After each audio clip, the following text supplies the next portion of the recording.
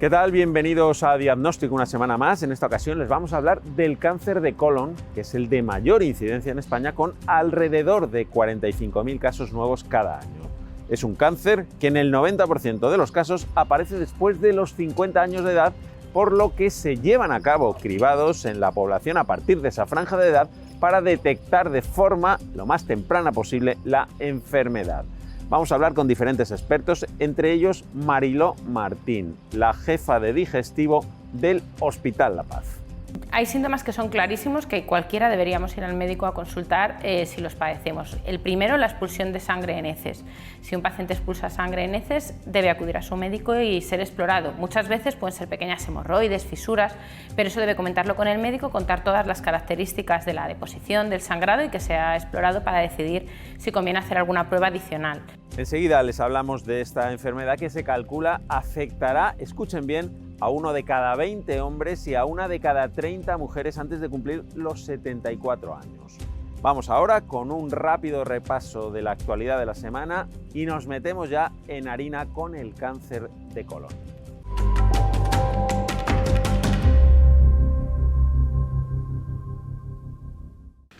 Investigadores de Barcelona han identificado en un estudio con modelos animales las células tumorales residuales del cáncer de colon en hígado y pulmones que dan lugar a la aparición de metástasis en estos órganos.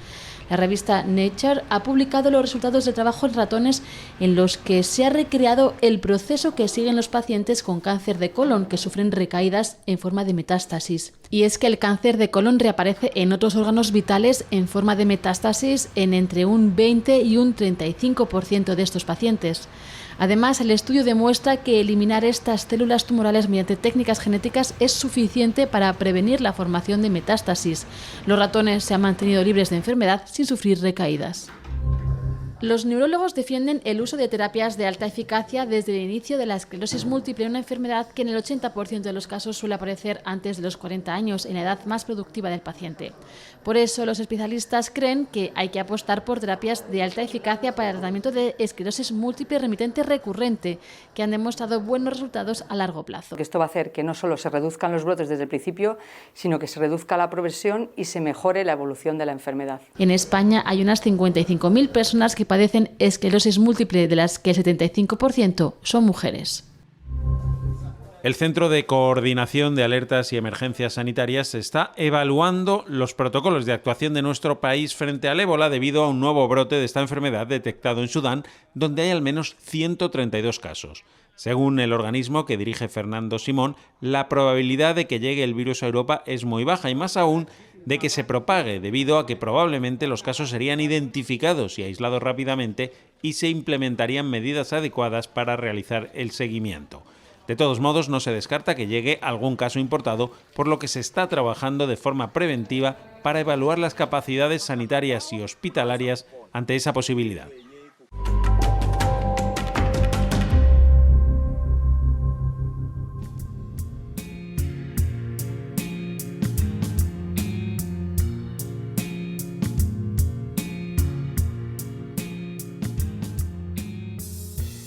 El cáncer de colon es el tumor más frecuente en cuanto a número de nuevos diagnósticos efectuados cada año en España en ambos sexos. Es uno de los tumores, por tanto, más importantes desde el punto de vista epidemiológico, hasta el punto de que se diagnostican de media 135 nuevos casos diarios. Y eso no es necesariamente una mala noticia, porque este cáncer cuenta con pruebas de cribado generalizado para toda la población mayor de 50 años, lo que implica que se detectan muchos casos en fases muy incipientes, y eso facilita la curación. De todo esto hablamos hoy con la doctora Mariló Martín, una consumada especialista en la materia, jefa de sección de digestivo del Hospital La Paz. Doctora Martín, ¿por qué una persona en un momento dado de su vida padece cáncer de colon? Bueno, no hay una causa única. Para empezar, ningún cáncer la tiene en general. En el cáncer de colon en concreto se conocen desde hace ya muchos años tanto factores genéticos, a veces hereditarios, a veces simplemente mutaciones que van apareciendo a lo largo de la vida, y condicionantes ambientales muy claros que se han relacionado con la aparición más frecuente de cáncer de colon. Casi nunca es un factor único, sino que es la suma de factores la que al final hace que una persona termine padeciendo un cáncer de colon. ¿Cuestiones hereditarias también o no? criterios sí muy claras, tanto en el cáncer esporádico, que puede luego convertirse en hereditario y que son pacientes que desarrollan un cáncer, como en otros síndromes más complejos, que son los síndromes polipósicos, en los que el paciente tiene una herencia mucho más clara, va a haber mucha más frecuencia en la familia de tumores, aparecen cientos de pólipos en el colon y a veces incluso nos vemos obligados a extirpar el colon entero antes de que el paciente haga un cáncer, que lo hacen además muy jóvenes. Pero eso es la rareza. Supongo que como en todas las enfermedades el diagnóstico precoz es muy importante, pero ¿cuáles son las herramientas principales para ese diagnóstico rápido? Es fundamental hoy en día, porque en España lo tenemos en todas nuestras comunidades autónomas, adherirse a los planes de prevención. Un factor de riesgo fundamental es la edad. El test más fácil para hacer la prevención del cáncer de colon es el test de sangre oculta en heces. Es una prueba muy simple, el paciente simplemente recoge una muestra de heces, se hace una determinación en laboratorio. Si la sangre oculta en heces es negativa, se va repitiendo cada 2 años desde los 50, y si es positiva, entonces el paciente es llamado para hacerse una colonoscopia, ¿no? Es una exploración en la que metemos un tubo con una cámara que podemos explorar todo el colon, y además de poder explorarlo, ahí sí que también tenemos capacidad de tratamiento, puesto que si encontramos lesiones las podemos quitar o incluso marcar si son grandes, para que luego el cirujano las localice con más facilidad si es que son de necesidad de extirpación quirúrgica. ¿Y los ciudadanos suelen acudir a estos programas de prevención que hay o no? Ese es uno de los mayores problemas, ¿no?, que tenemos. Se ha demostrado que para que un programa de prevención de cáncer de colon sea eficaz, la adherencia de los ciudadanos al programa debería ser en torno al 70%, 80%, para que realmente fuera beneficioso desde el punto de vista global de poder disminuir la incidencia de cáncer a nivel nacional. Y en España estamos, dependiendo de comunidades, pero en torno a una participación en el programa de un 30, 40, 45%, dependiendo de poblaciones, lejos de ese porcentaje. A nivel individual siempre va a ser beneficioso participar, a nivel poblacional tenemos que mejorar la adherencia de los ciudadanos al programa.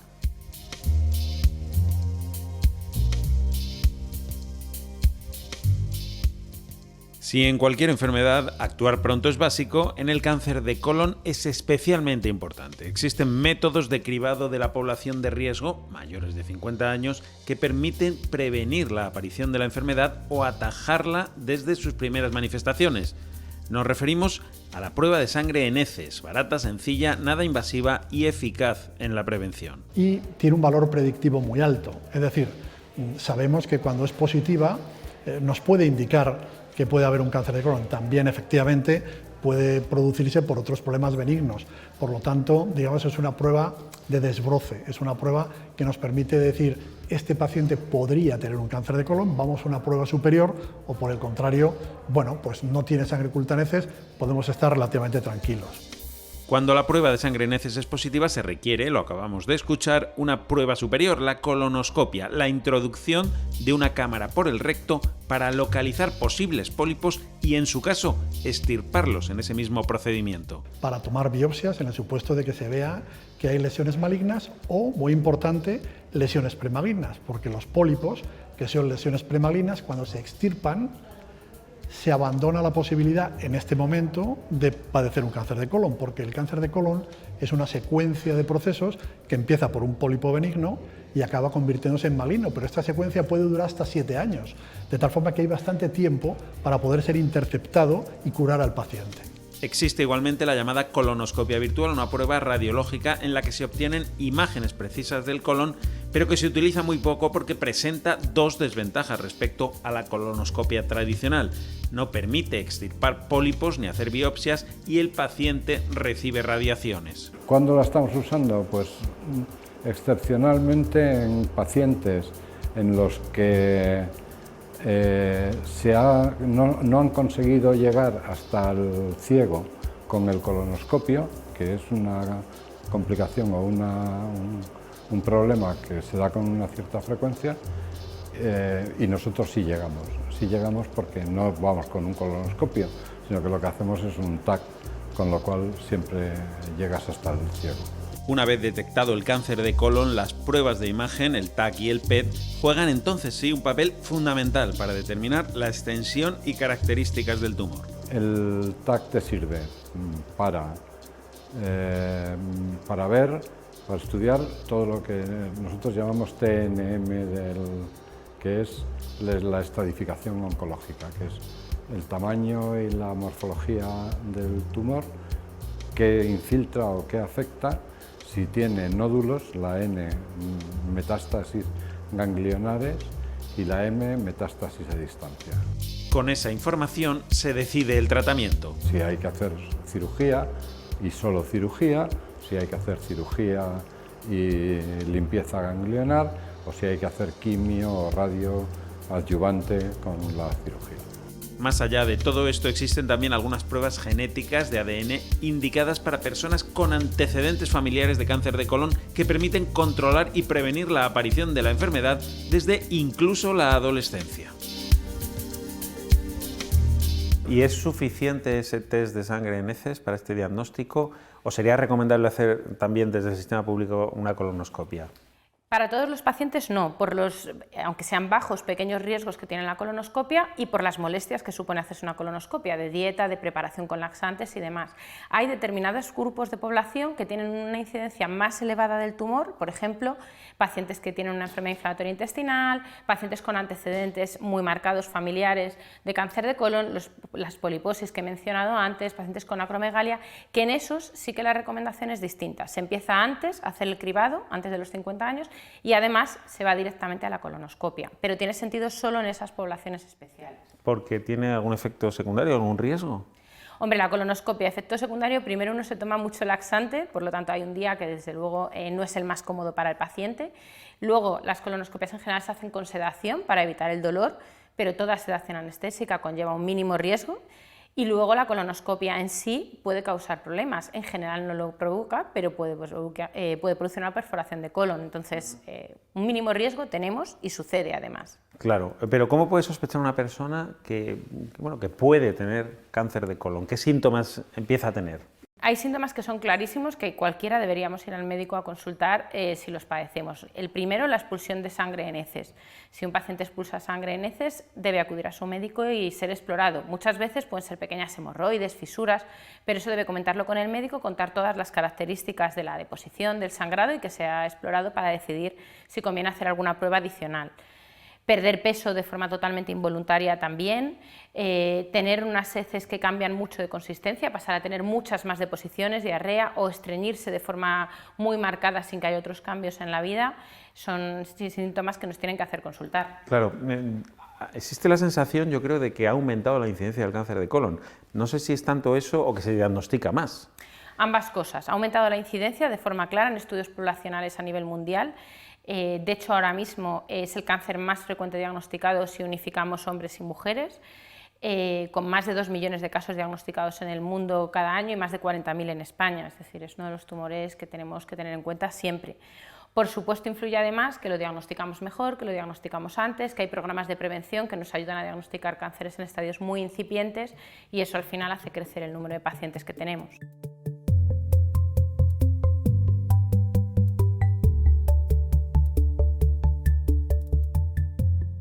El tratamiento del cáncer de colon va a depender de varios factores. El principal, la extensión del tumor. Cuando el tumor está localizado exclusivamente en el colon y en los ganglios, el tratamiento inicial es el quirúrgico.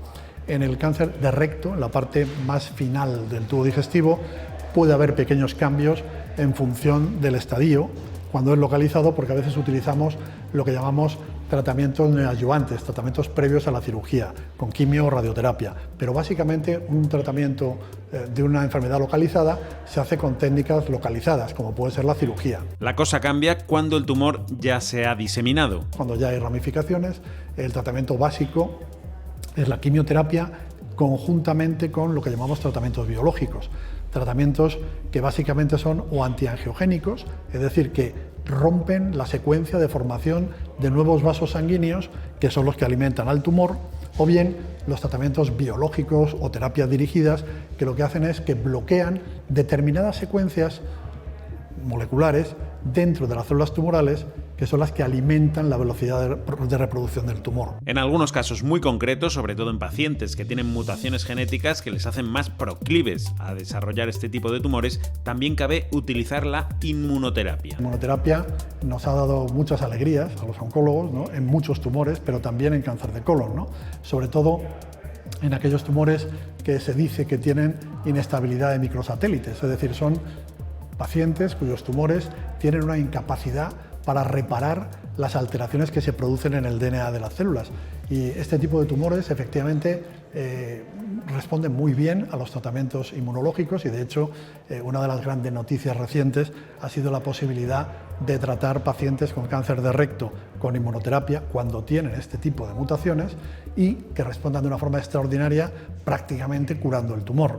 Esto realmente es algo novedoso y muy interesante. También es muy novedosa una técnica presentada hace unos meses en el Congreso Americano de Oncología que permite definir qué pacientes después de una cirugía van a requerir quimioterapia. En este momento lo novedoso es que en este punto podemos diagnosticar si después de una serie de semanas que el paciente ha sido operado sigue teniendo células circulantes del tumor por la sangre. El detectar que esto existe es un buen indicador de que va a requerir tratamiento, de tal forma que podemos ahorrar el tratamiento quimioterápico a una serie de pacientes y esto es algo verdaderamente novedoso. Con todas estas novedades, la buena noticia es que la supervivencia ha aumentado notablemente en las últimas 2 décadas, incluso en pacientes con cáncer de colon metastásico.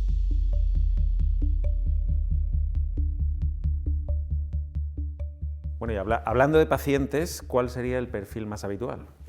El perfil es un paciente mayor. Es un tumor muy infrecuente por debajo de los 40 años, salvo en casos hereditarios, y el perfil más frecuente está entre los 60 y los 70 años. Se produce igual en hombres y mujeres, no hay mayor riesgo en ninguno de los dos sexos, pero sin embargo sí que hay algunos factores de riesgo, algunos que pueden ser modificados por nosotros, que son importantes, ¿no?, a tener en cuenta. Ya es conocido desde hace tiempo la asociación de tabaco con este tipo de tumores. El alcohol, cuando se toman una cantidad superior a 3 bebidas alcohólicas al día, también se ha demostrado que es un factor de riesgo. El alto consumo de carnes rojas y el sedentarismo. También se ha relacionado el hacer actividad física de forma regular, sin que tenga que ser una actividad física intensa, disminuye la incidencia de este cáncer. Además, algunos factores en la dieta. Tomar fibra, tomar verduras, frutas, legumbres, una cantidad adecuada de vitaminas, de ácido fólico, de calcio, de vitamina D, ayuda a disminuir la incidencia de cáncer de colon, de manera que esos son factores importantes porque podemos reducirlos y educar nuestros hábitos para disminuir este tumor. Bueno, vamos a centrarnos ahora, una vez que se descubre la enfermedad, vamos a centrarnos en el tratamiento, ¿no? Digamos que el tratamiento más habitual es la cirugía. Bueno, el primer tratamiento y el más habitual ahora mismo es la polipectomía por endoscopia.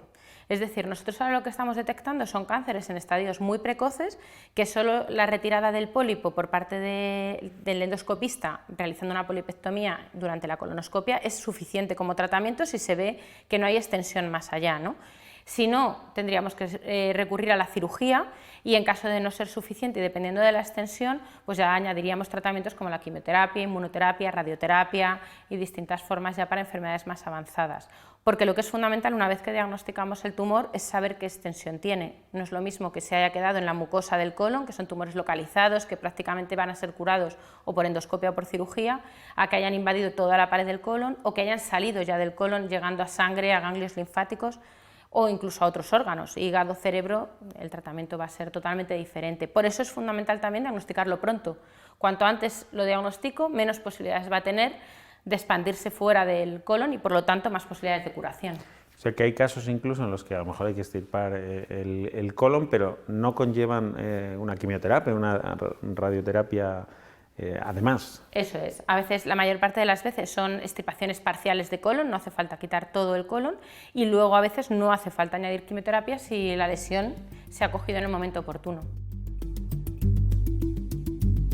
Las técnicas quirúrgicas para extirpar estos tumores han experimentado una revolución gracias a la laparoscopia, una cirugía mínimamente invasiva. En lugar de hacer una cirugía convencional, como se hacía siempre, abriendo al paciente una laparotomía o una incisión que abría todo el abdomen, utilizamos pequeñas incisiones de entre medio centímetro o 1 centímetro, incluso más pequeños en la mini laparoscopia, a través de los cuales introducimos unos instrumentos cilíndricos que llamamos trócares, que son los canales de trabajo por los que vamos a meter las tijeras, las pinzas, el bisturí eléctrico, el mismo material que utilizamos para la cirugía convencional, pero adaptado para un abordaje mínimamente invasivo, a través de los cuales pues, el cirujano va a poder operar a distancia de sus órganos viéndolos en una pantalla de vídeo que transmite la imagen de una cámara inserta en la cavidad abdominal y nos va a permitir ampliar la imagen, disponer de una gran precisión. Hoy día prácticamente cualquier cirugía abdominal se puede llevar a cabo mediante laparoscopia, lo que ofrece enormes ventajas. Evitamos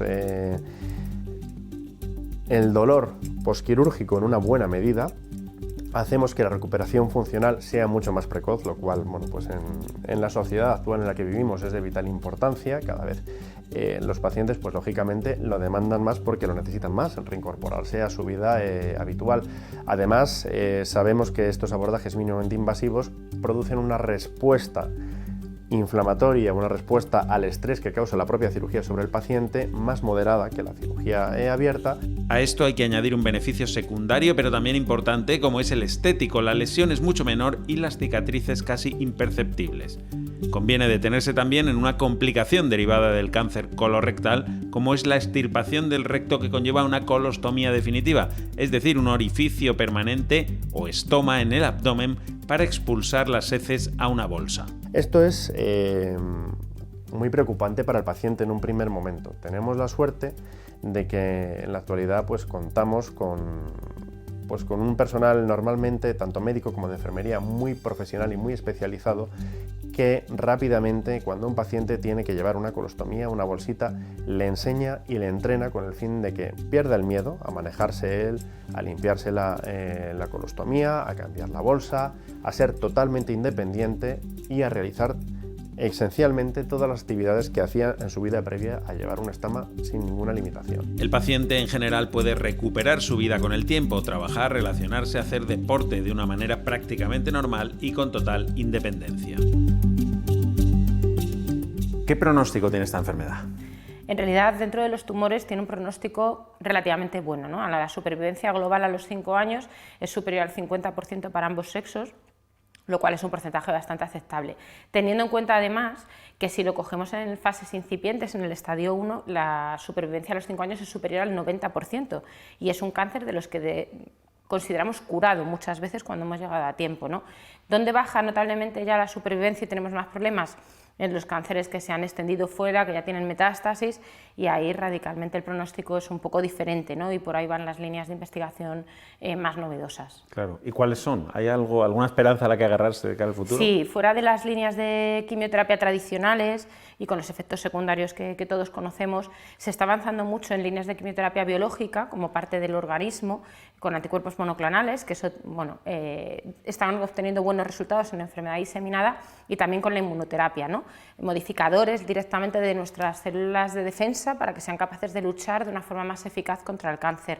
En esto se están produciendo grandes avances y, de hecho, la supervivencia en enfermedad diseminada está mejorando gracias a ello.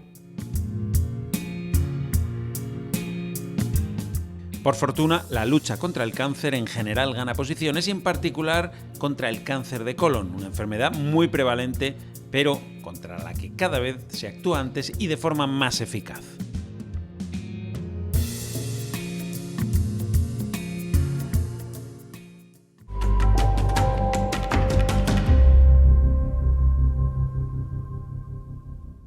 Bueno, pues nos acercamos ya al final. Como siempre, el último minuto del programa es para el consejo de la mano de nuestro especialista, el doctor César Casado, que hoy nos habla del tema de esta semana, el cáncer de colon. Cuando realizamos la historia clínica a nuestros pacientes, habitualmente preguntamos por los antecedentes familiares en busca de enfermedades que pudieran tener algún patrón genético. El cáncer de colon es ejemplo de estas enfermedades, ya que hasta el 10% de los casos de cáncer de colon son hereditarios, y tener antecedentes en la familia puede predisponer a padecerlo. Si normalmente las pruebas de cribado o detección precoz del cáncer de colon comienzan a los 50 años, en caso de existir antecedentes familiares, estas pruebas, fundamentales para un buen pronóstico de la enfermedad, se deben realizar antes. No sabemos todas las causas por las que existe esa agregación familiar, pero sí sabemos muy bien que un diagnóstico precoz del cáncer, hereditario o no, proporciona un pronóstico excelente. Así que si tiene más de 50 años, tenga antecedentes en la familia o no, y nunca se ha realizado una prueba para la detección precoz del cáncer de colon, acuda a su médico para poder realizarla. Estamos ante una enfermedad muy habitual en la que el diagnóstico precoz le salvará la vida. Bueno, pues hasta aquí nuestro diagnóstico de hoy dedicado al cáncer de colon. Ya saben que volvemos dentro de 7 días, les esperamos entonces, no nos fallen, volveremos con un nuevo asunto de salud contado, ya lo saben, como siempre, desde una perspectiva diferente. Hasta entonces, un saludo.